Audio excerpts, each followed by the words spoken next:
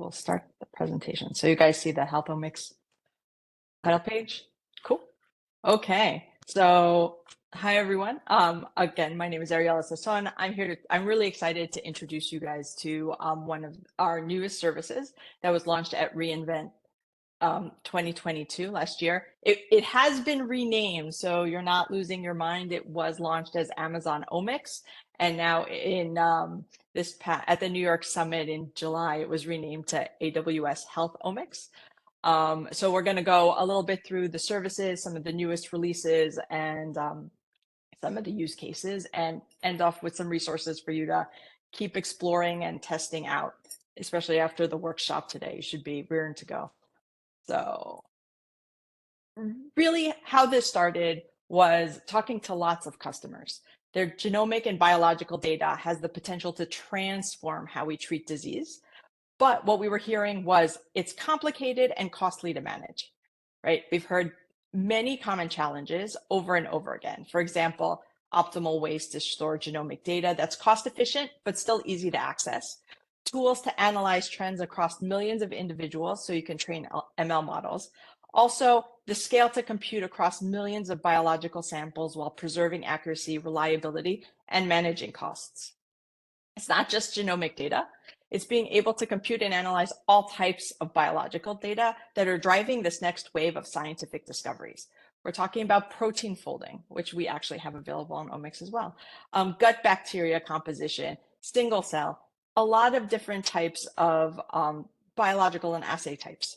So on top of everything else, this data is personal to the individual. One of the top requirements is to keep it safe. So we have focuses on security and compliance. And so we built AWS HealthOmics. It's a purpose-built service that helps healthcare and life sciences organization build at scale to store, query, and analyze genomic data. By removing this undifferentiated heavy lift, you can generate insights from omic data to improve health and advance scientific discoveries. That was our goal behind building HealthOmics. And so what are the benefits it brings?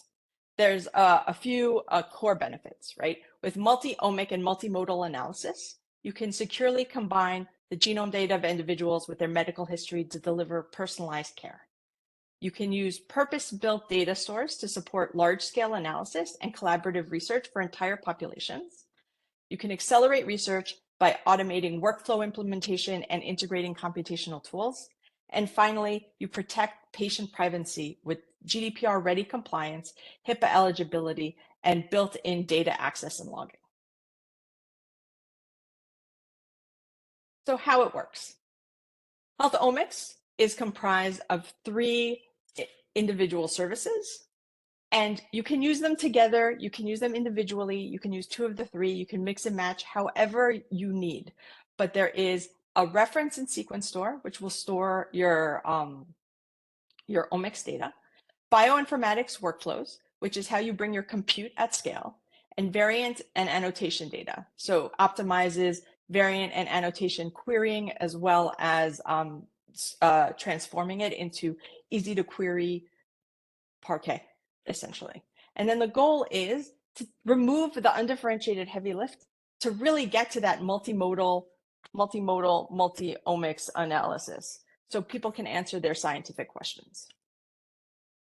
So I'll stop for questions. I can't see the chat. So I'll stop for questions at the end of every section. And so feel free to ask questions as we go along. I'll stop and answer them as I can. And I'm watching. I don't see anything yet, but if when I see them, I'll let it share. Right. So first is we'll go through Omics Storage. Omics Storage provides storage that is compliant with bioinformatics file types such as FASTQ, BAMs, and CRAMs, and allows you to store petabytes of data at low cost. Current estimates for this fit-for-purpose storage is you can save 40 to 60% off of intelligent tiering for BAMs and FASTQs.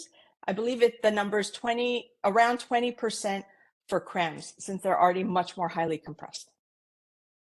The data that you upload into Omics Storage is imported as immutable objects with unique identifiers, so you can support workloads that require strict data provenance and lineage. So access to individual data objects, including the references and read sets, can be controlled using tags and attribute-based access controls through IAM. And that's how we keep tabs on how everything is touched in Omics Storage. HealthOmics also makes it easier for researchers to tag and assign permissions and share data securely. You can add any number of tags, which is more helpful than the limited tags available in S3, and search based on the tagging that you do. So this simplifies how you make your omics data findable, accessible, interoperable, and reusable, FAIR, as everyone likes to call it now. With domain-specific metadata, you can link HealthOmics data stores with other omics and healthcare data to facilitate multimodal, multi-omic analyses. And finally, to reduce long-term storage costs, data objects that haven't been accessed in 30 days are automatically moved to an archived storage class. Archived objects can be reactivated at any time with an API call and brought back into active mode. So I'm going to show you, for those interested, here are the API calls that you can work with Omics Storage. So you can use the console, you can use the CDK, or you can use the CLI. These are all different ways that you can interact with Amazon Omics, and you can also create automated platforms based on this. So for Omics Storage, you have this reference store where you can store all your references. And one of the things I've noticed as a bioinformatician is everyone used to have their own copy of references. This makes it a central repository for references, essentially. So everyone can use the same reference, which brings a whole bunch of benefits. And at the very least, you save on storage, and because copies like to proliferate very often. So you have a couple things with the reference store. You have one reference store per region. You can import the reference. You create the reference store, and then you import the reference, and that just lives. You import the FAFSA, and that just lives in the reference store. Then what happens is, what's really important is those read sets that you want to analyze. So you create a sequence store, and this can be however you decide to organize your data. It can be by project, it can be by experiment type. And then what you can do is import these read sets into it and add whatever metadata tags you want. If you need, you can export these data that you've imported into the Omics store back into S3 at a later date, and they are semantically identical. So for example, instead of and when you use the API calls, instead of addressing it like S3:// which we're all used to, it would be Omics:// would be the how the ARM starts. So this is basically how Omics Storage works. It is just managed storage where you can add as many tags as you want for querying, as well as centralizing the repositories of data. Any questions on storage? There is a question. There's Okay. two questions that just popped up. One from Alexander. Are there metadata and algorithms provided for polyploid plant genome analyses, or can those be created by the user, or is the platform suited solely for the analysis of human health data? It is not restricted to only human health data. You can the tags are empty. You don't have to put in any tags. You can add whatever tags that you want for searching. And you can, and the reference as well, it can be whatever reference file you want. We have customers doing, the reference file is thousands of viral sequences. So however you want to, as long as it's a FASTA file, and as long as it's FASTQs, BAMs, or CRAMs, you don't actually need to, it's not predefined, for example. So you can customize your tags for your polyploid plant genome. This is just storage. It doesn't do anything else. So I hope that asked. You have a follow-up question? The only other, just a question, they were assuming that the Omics storage was S3. Underneath most storage services like this, it's S3 underneath. But this is managed storage that takes care of archiving as well as the reason why it's cheaper is the compression layer that Omics builds in. Gotcha. Okay. Very good. Anything else? Okay. Cool. I don't know where my mouse went. There it is. Okay, so now we're going to go into workflows. This is your compute. So, and everybody has stuff to do on the storage, but you can use this independently. So Omics Workflows helps you run bioinformatics analyses at scale. You specify your workflow definition, the tools you want to use, and the data to analyze, and Omics will provision the underlying infrastructure and implement the workflow. So you can focus on scientific discoveries. So we support Whittle, Nextflow, and since BioIT in, I think it was end of May, early June, we now support CWL. So the workflows use OCI compliant containerized tooling stored in private registries in Amazon ECR.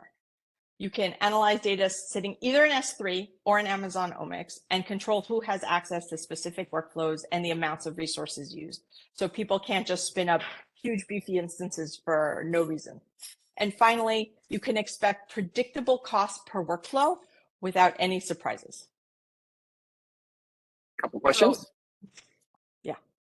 You want to finish the slide and then jump in, or is now a good time? Now's a good time. We can do it. I'll pull up the API calls in the meantime. So okay. So first question, there's three. First question is, how easy and less time consuming is it to retrieve data from archive storage like cold storage? Okay, so right now there's if you have to do the API call, there is a few minutes wait. I believe it's under 5 minutes. The goal of the Omics team is to make it virtually instantaneous, so you'll never feel it. But it is an API call currently, so you don't. It's not like waiting for in deep archive or something like that. You're talking less than 5 minutes. Okay. And then Sean asks, are there plans to support SnakeMake? We are hearing a lot about SnakeMake. It's definitely on their radar. I have talked to the Omics PMs about this a lot. If you want to, you can put your information like in the chat or email me directly. I think my email's at the end of this, and I'll add you to the PFR. And if you have an AWS account manager, they can let you know. But there are plans. It's not for this year, I can tell you that. But it's something they're really thinking about how to implement in a highly scalable way. Okay, and one more. Does the data have to be anonymized first? No. So it doesn't have to be anonymized first. When you run a workflow, each individual workflow is completely sealed off, essentially from the world. You're running it in a clean room. And AWS doesn't keep any information where like the unanonymized data can be in our logs, right? So we don't actually keep many of the logs that I think we don't keep the task logs because there's a chance that unidentified data is in there. So you only see the task logs. So, but the idea is the workflows run in essentially a clean environment. You have no access to the outside, and the only containers you have access to are in your private ECR or Amazon public ECR. You don't have access to like the Nextflow Docker or Docker Hub or any of those containers. So you'd have to pull down the public Docker images and push them up into your ECR. So the idea is you're not forced it to be unanonymized, but the environment built around it can contain it and keep that privacy that you need.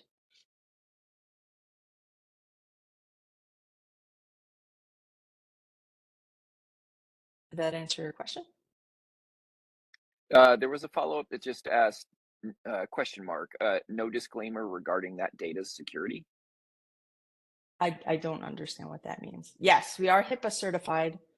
We are 27001 as well certified. We have customers that have built that we have high trust, what is it called? High trust certification, and we have many customers that have built on top of Omics their secure applications. Yeah. Ariel, I can jump in for a second here too, because this is something that we at PTP run into constantly with taking organizations through their GMP certification. So certainly high trust can be applied through conformance packs, through control tower, which will be inherited through the account structure that you deploy your Omics environment into. NIST 853, which covers a lot of those environments as well, and the ISO certifications will do that as well.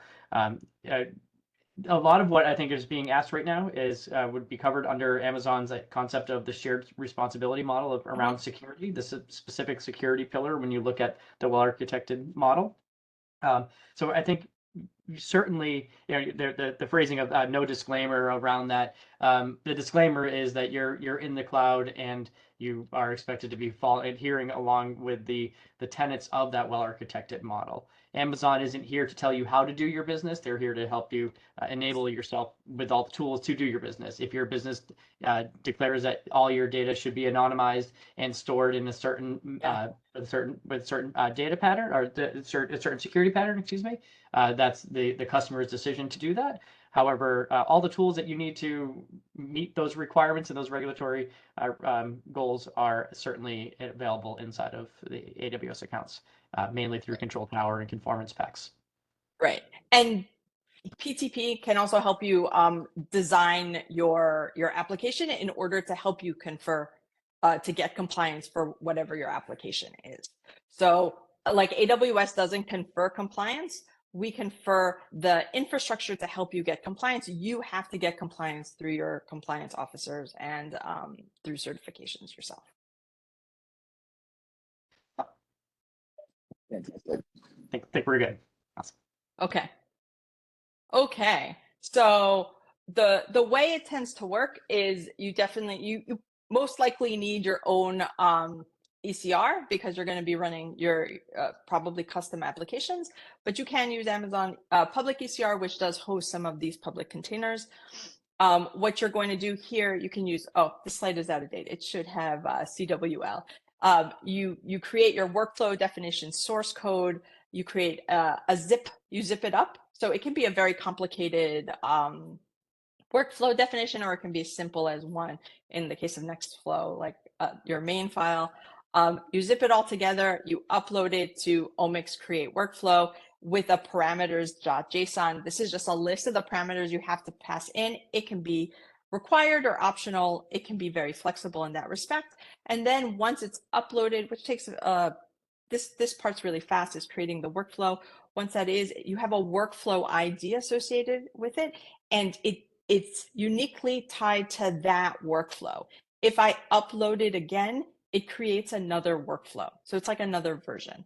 So what happens is you take your workflow ID, you have to have your execution role, which has access to Omics. It has a trust relationship with Omics and access to where your data is. So in this case, it's either your Omics storage or your S3 buckets in particular, and your inputs.json, which tells the workflow where these gray files are. And then you basically start a run. So under the hood, it creates the different tasks that you need on whatever compute you need, and it'll tell you the EC2 instances that it ran. You can request GPUs as well as CPUs. FPGAs are not supported at this moment, and the output of these workflows end up in S3. And you give it the URI. That's one of the things, is you tell it where the runs are supposed to output to. So any questions about the API calls? Don't see anything right now. Excellent. Okay. So I'm going to talk about ready to run workflows. So ready to run workflows was something that was announced at BioIT. These are pre-built workflows. A lot of assumptions are there. And I can, if you go into your console, and you go to HealthOmics, you will see under workflows, they're ready to run workflows. I believe there's 30 something in there now, and they're very common workflows. Like we have whole genome, whole exome, single cell RNA from NF core. We have AlphaFold and ESM fold if you're interested in protein folding. We also have workflows that are built by companies such as Parabricks, Sention's. If you have a license with Sention's workflow is there for whole genome, and I believe cancer genomics, but I'd have to double check that. And Element Biosciences to generate the FASTQs from their files off of their sequencer. So these are pre-built workflows from either open source or third-party companies. So with a single API call or a couple of clicks, you can run these pipelines and it's fixed costs. And the way they do that is by limiting the files that are expected. So for example, if you're running a whole genome, I believe it's like 30x whole genome. And so that's how you know it's going to run at that price. For the amino acid sequence, there's a range of sequence it does for a certain price. If you want to go bigger, which is definitely an option, you can go larger. You can pull these publicly available workflows, these ready to run workflows, into your private workflows, and then feed it, ask for bigger instances, and then feed it, like for example, a bigger amino acid sequence into AlphaFold. We have customers that have done that. So the ready to run workflows are priced per run. So you have easy access to even test these algorithms. And it was launched with 35. I believe it's still 35, but we're always working and looking for customers to partner with to build more of them.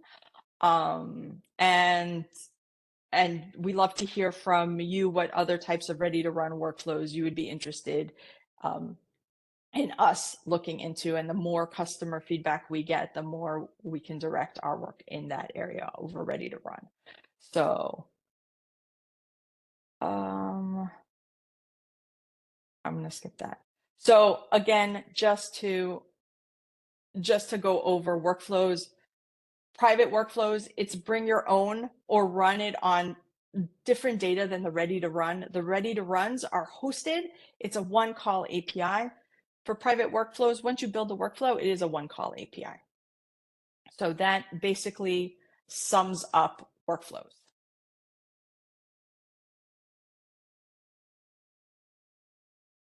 Any questions?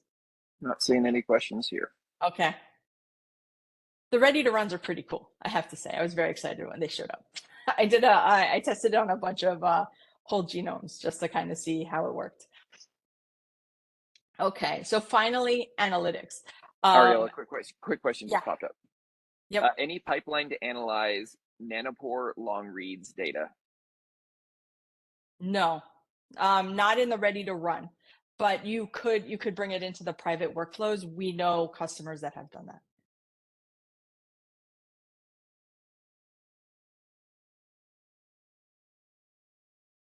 How much does each workflow cost? Sorry, one more. Okay. And I know this is going to be tough. The question is, how much does each workflow run cost? Rough estimate. Okay. There's lots of disclaimers, I'm sure, to that one. There's lots of disclaimers, but so for private workflows, it's going to depend on the resources you request. So it's full transparency of which EC2 instance gets pulled up and how long it's been running for. That's all. You pay for the usage that you're running. So you'll know if you're running like 100x whole genome for cancer versus 200x, it's going to cost more because it's going to run longer on the same instance type, or it might cost more if you get a bigger instance, but it runs for a shorter amount of time. But you're paying for the resources that are used. So as most things in AWS. As for the ready to run, they tell you what the price is ahead of time. If I have time at the end, I'll pull up my console and I'll show you the ready to run prices. I just want to spend the time like rearranging my screens right now. So, but I can very easily pull up the console and show you ready to run. But like, I think it can run, I think the cheapest ready to run is like $1. and and it goes higher from there. The only one I think that's requires a license right now is Sention. Most of the other ones are available to just test as you want.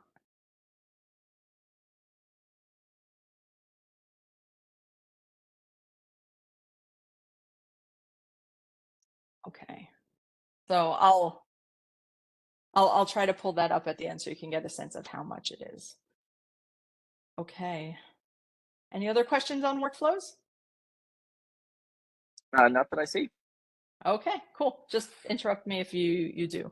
So analytics. The goal is to quickly ingest and transform your genomic data from GVCFs, VCFs, GFFs, TSVs, and CSVs into Parquet, so it's easy to query.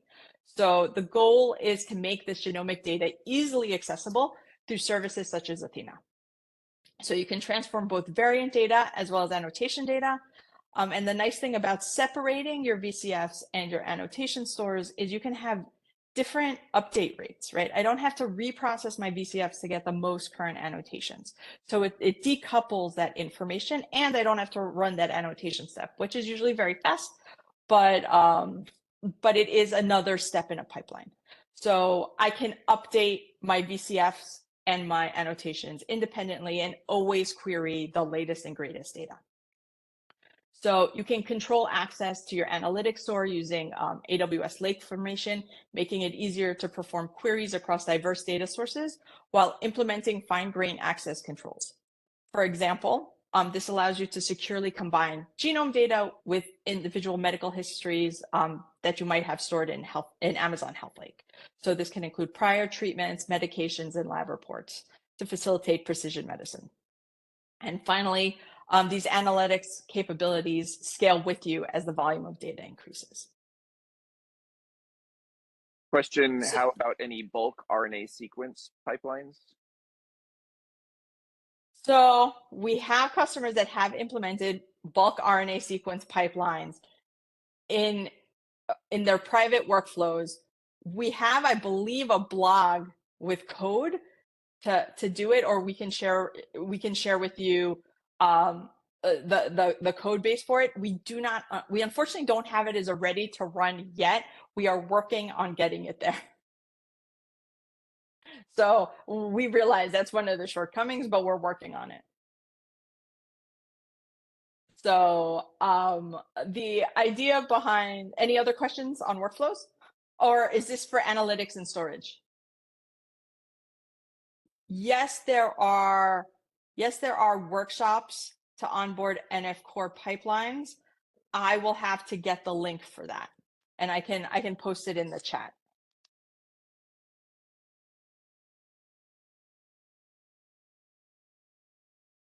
Okay. The session is recorded. What did I miss anything else? No, I think you got it. Yes. Yeah, we are recording, right? We are recording right now. Yeah, the questions pop up so I can see them, but I don't know if I catch them all. If your question is, are we also going to store expression data in the analytics store? I believe there's a hack you can use because expression data is usually tab delimited, and so you can store it in the annotation store. Having said that, these services aren't fixed. There is a roadmap. Omics genomic data isn't the only thing we're considering for the Omics storage or for the analytics. It's just where we started. We get feedback from customers about other types of Omics data. Images, we've just announced health imaging that I believe has just recently gone GA to store right now DICOM images. So you can store your DICOM images, and eventually the idea is also to tie it into workflows so you can process all those images.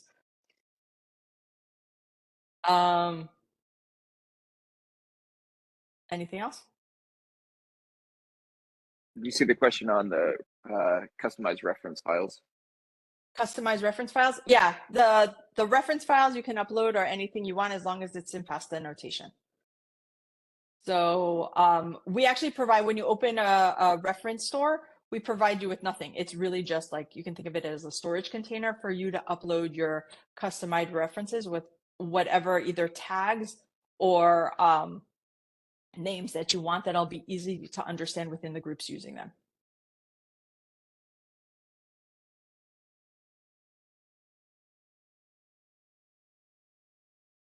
Anything else? Any possibility of you branching into epidemiological data? Sorry, not easy for me to say. In what way? Like for storage, or you mean in workflows or analytics? Yeah, and Joshua, we could always take that off into disease mapping. And feel free if you want to get into some of it once we do the breakout sessions and we do the unmute. Maybe you can always we can get into these a little bit deeper too. But disease mapping. So we have a lot of that would happen downstream of either analytics or of compute, depending on what your actual workflow is.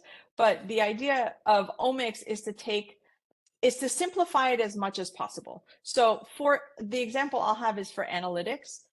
A couple of years ago, if I wanted to take 1,000 genomes, annotate it with DBNSFP, and then be able to query it for like realistic scenarios, it would have taken me weeks to get all the data, upload it, make sure it's annotate it properly, and then upload it and figure out how I was going to query all of this data. My colleagues and I did it in an afternoon just for fun to see if we could. We pulled down the data from the Registry of Open Data. We pulled in DBNSFP, which is also in the Registry of Open Data.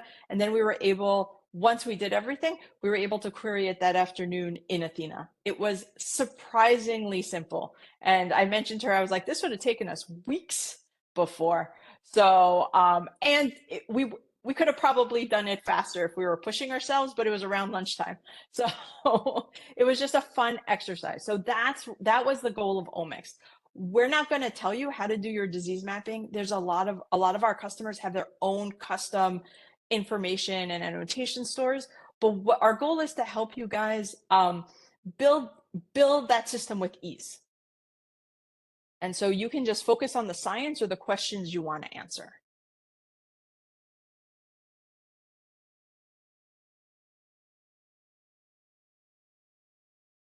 Okay, all clear. Okay. Okay, so analytics. You're going to need a reference ID very often because you're working. VCFs always have a reference when aligned. What happens is I have to fix the colors on this. I apologize for it. So you take your VCFs or GVCFs, you point it to a reference. It creates a variant store. Glue is basically doing a managed ETL and puts the data into it transforms it into Parquet, and you can find your data in Athena. It's the same thing with annotations such as ClinVar, DBNSFP. You say import your annotations, it creates an annotation store, and then it also makes it in Athena, and then you can do your joins using SQL.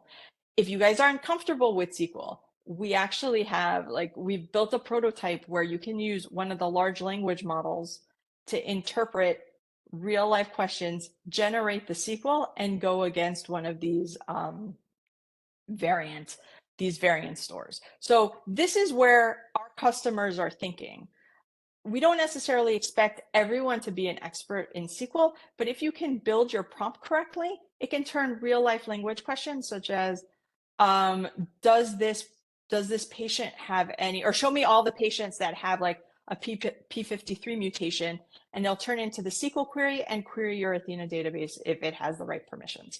So that's where our customers are thinking. That's what we're thinking in the healthcare and life sciences on how to leverage omics into the space of the more research oriented of our customers. So what are our top use cases? Population sequencing.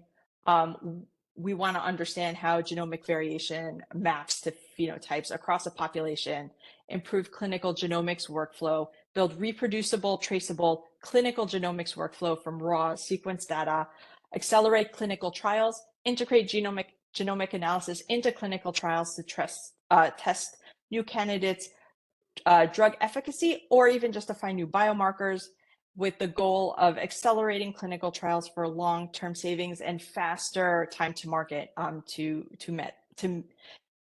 service unmet need. And finally, enhance research and innovation, streamline and control storage, access, and analysis of genomics data for researchers, and control who has access to what and where.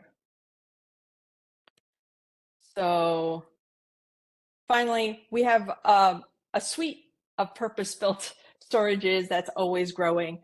We have HealthOmics, HealthLake, which is FHIR data. This is health, like EMR out of the healthcare side. We have health imaging that was just announced, store, analyze, and share medical images in the cloud at petabyte scale, and HealthScribe, which is auto-generate clinical notes from patient and clinician conversations. Some of them are R&D focused, some of them are more clinical focused, some of them are a mix. And we can go into depth into any one of these if you want. And so I'm just going to go through that slide. You can see across all these different types of health data, our goal is to try and make it easier to perform multi-omic, multimodal analysis. So we have investments in health records, omics, and imaging. And now the goal is to take, to help manage the transformations to make it easier to do advanced analytics. FHIR data can be flattened and converted to Parquet, variant annotation in the same system of Parquet, and imaging metadata such as DICOM studies can be extracted into a common data model to be integrated with all of this analysis. And finally, once you have all this data that's easily at your fingertips, you can bring it down to the analysis, right? You can use EMR, Athena, SageMaker, QuickSight, third-party applications in order to do the analysis and answer your scientific questions. Our goal is to simplify the work so you can do what's important to you and your company, which is answer whatever questions that are your differentiator. And finally, here's a list of all the capabilities that have come out the first half of this year. Stay tuned. I am sure there will be a lot more before the end of the year. They're working hard on bringing new features. We have private link integration. EventBridge was a big one. Ready to run workflows, and we have a lot more coming. And finally, you'll have access to this, so you don't have to take any screenshots. We have the developer's guide, the link to the ready to run workflow, and web pages with all of the information.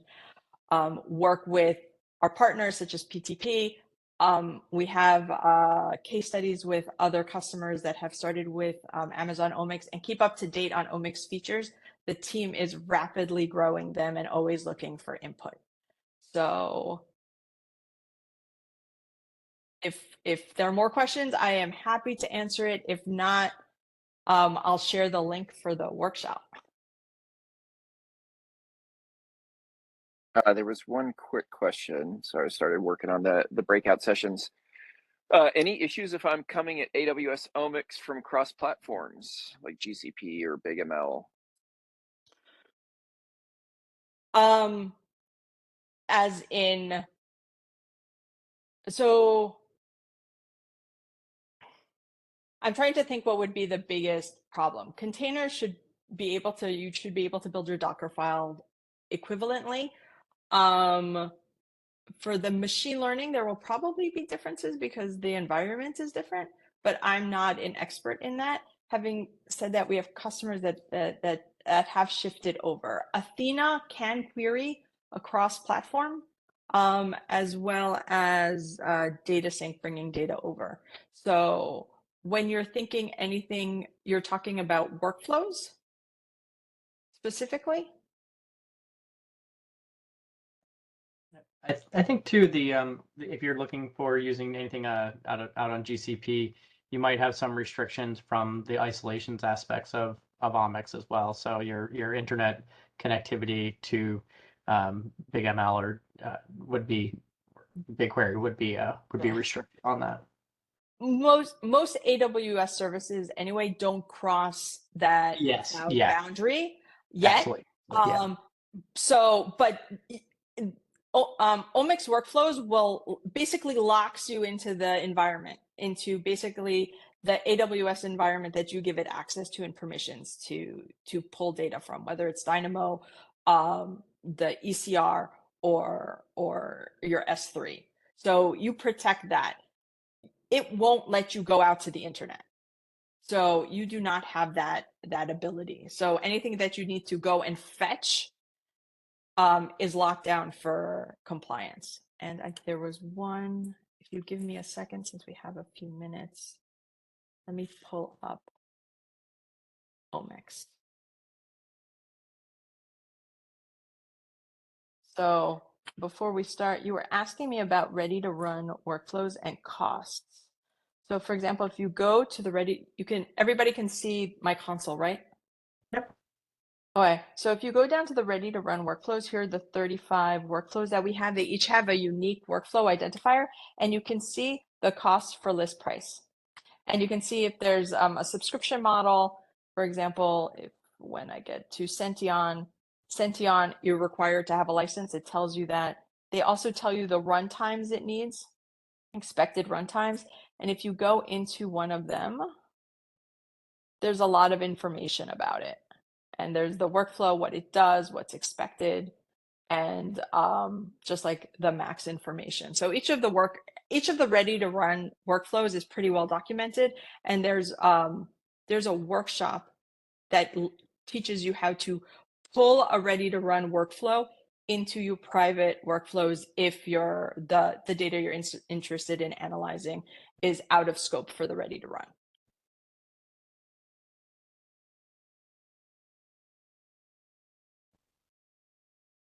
And I think I have a few private workflows here. So these are just HLA pipelines that I was working on for publication as an AWS solution. It doesn't give me the prices, but you can see each of the workflow IDs that you can submit to. So for example, this just kind of gives you the files and just some very basic information. The AWS team is planning on adding observability and more information, but that's coming in on the roadmap.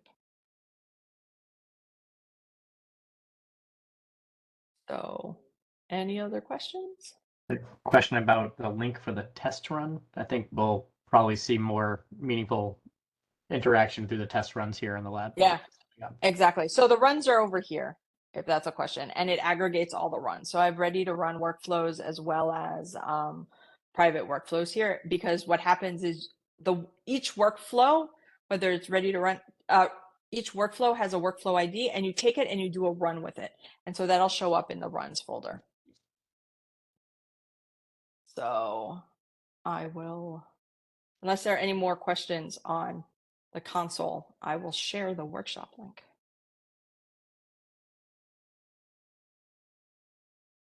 Okay.